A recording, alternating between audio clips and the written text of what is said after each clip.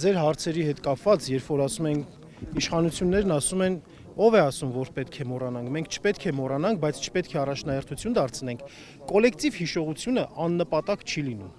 Կոլեկտիվ հիշողություն, երբ որ ստեղծում են, ինչպես էս կառույցը 1960-ականների երկրորդ կեսին, երբ որ ստեղծվել է իբրև կոլեկտիվ հիշողություն մարմնավորող կառույց, նպատակը հենց եղել է հայոց ցեղասպանության միջազգային ճանաչումն ու դատապարտումը։ Միայն հիշելու համար չէ, որ ստեղծվել է, որովհետև միայն հիշելու համար յուրաքանչյուր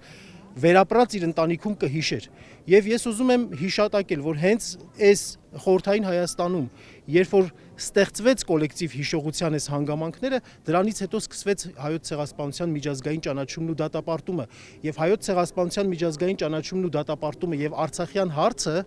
բացի նրանից, որոնք որ մեր արունահոսող վերքերն են եւ արդարության հասնելու համար մեզ մոտիվ են տալիս, դրանք Հայաստանի Հանրապետության միջազգային քաղաքականության մեջ գործոն լինելու երկու կարևոր փաստարկներ են, երկու կարևոր կռվաններ են։ Դրանք մեր գործոնայնությունն են բարձրացնում եւ մեր անվտանգության մակարդակն են բարձրացնում։ Հետևաբար այդ երկու կարևոր հանգամանքից հրաժարումը, Արցախից հրաժարումը եւ հայոց ցեղասպանության միջազգային ճանաչումը եւ դատապարտումը առաջնահերթությունից հեռացնելը Հայաստանի գործոնայնությունն է իջեցնում եւ Հայաստանի անվտանգության մակարդակն է նվազեցնում, ճիշտ հակառակը նրան, ինչ որ ասում են գործող իշխանությունները։ Քանի որ պատմաբան եք եւ խոսեցինք ցեղասպանության ու շահամալիրի կառուցման մասին խորհրդային ժամանակաշրջանում, ինչ ասաց Փաշինյանը Շվեյցարիայում հայ համայնքի հետ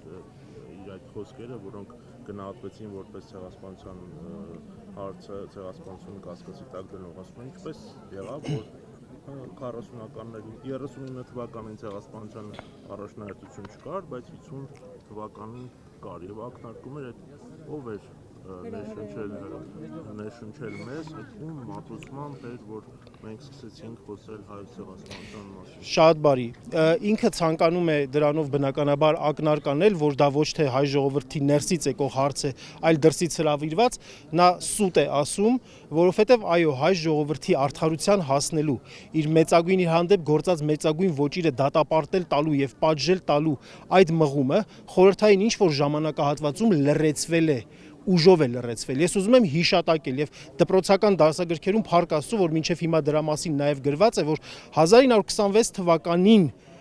բոլշևիկյան ղեկավարությունը արգելեց հայոց եկեղեցուն նշել մեծ Եղեռնի օրը, ապրիլի 24-ը։ Այսինքն մինչև դա